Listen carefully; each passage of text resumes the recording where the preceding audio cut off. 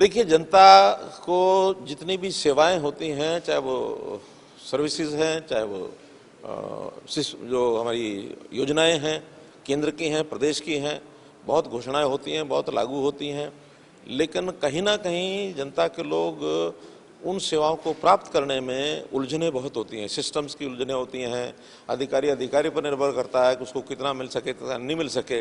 Right to service act में हर एक सेवा को देने के लिए एक प्रावधान टाइम का दिया गया है। उस टाइम के अंदर वो सर्विस उसको मिलनी ही चाहिए। उसके ऊपर कुछ डिपार्टमेंट्स लागू करते हैं, कुछ नहीं करते हैं।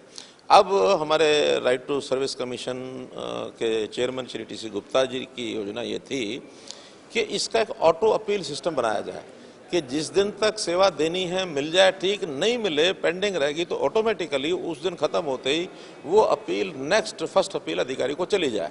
और जो नेक्स्ट अपील है उन्होंने 30 दिन तक सुनवाई करके उसके ऊपर निर्णय करना होता है कि ये नहीं है तो उसके खिलाफ कोई मानो कार्रवाई करनी है, या सेकंड अपील में भेजना है, या उसको रिजेक्ट करना है। ये भी हो सकता है कि वो अपील ऐसी हो कि जिसके अंदर कोई दम नहीं, उसको रिजेक्ट भी वो कर सकते हैं। तो ऐसा ऑटो अपील का सिस्टम बनाया गया है, ऑटो अपील सॉफ्टवेयर, इसलिए इसको आस कहा है। हमने ये कहा कि जनता की आस तो है, लेकिन वो चाहते ही है कि ये अमल में भी आए, असल में भी आए। तो आस, अमल और असल इसमें आए, इस सिस्टम का नाम दोबारा से आस। तो इसलिए एक बहुत क्रांतिकारी कदम आज लिया गया है। अब जनता को इसके लिए अधिकारियों के चक्कर काटने की आवश्यकता नहीं रहेगी। जो डॉक्यूमेंटल जितनी भी एक लिस्ट होती है, चेक लिस्ट जिसको कहते हैं, उस चेक लिस्ट के आधार पर डॉक्यूमेंट सारे जमा कराना, टाइम पीरियड के अंदर जो नोडल अधिकारी है वो उसकी सर्विस देगा, नहीं देगा तो he will be held responsible for that. और अगर कहीं अधिकारी लगातार इसमें उल्लंघन करता है तो उनके खिलाफ कार्रवाई भी होगी, अनुशासनात्मक कार्रवाई होगी। हाँ, इसमें से अच्छे अधिकारी भी आएंगे जो हर अपने काम को समय से पहले करते हैं, मेहनत करते हैं, जी जान लगा करते हैं, उनको उसमें रिवार्ड भी दिया जाएगा।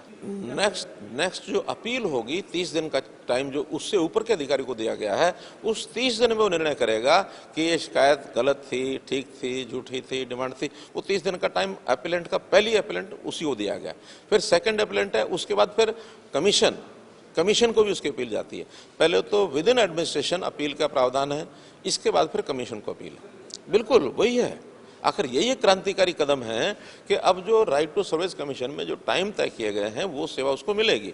मानो किसी ने कंप्लेंट की कि मेरी लाइट चली गई है, तो वो 4 घंटे में वो लाइट का कनेक्शन उसका आना चाहिए। 4 घंटे में अगर कोई फॉल्ट ऐसा मिलता है कि वो उसको समय चाहिए, उस समय के लिए अधिकारी अपील कर सकता है कि मुझे इसके लिए 2 दिन लगेंगे, वो 2 दिन उसको टाइम मिलेगा। फिर भी नहीं हुआ तो फिर उसको उसके खिलाफ कार्रवाई की जाएगी। धन्यवाद।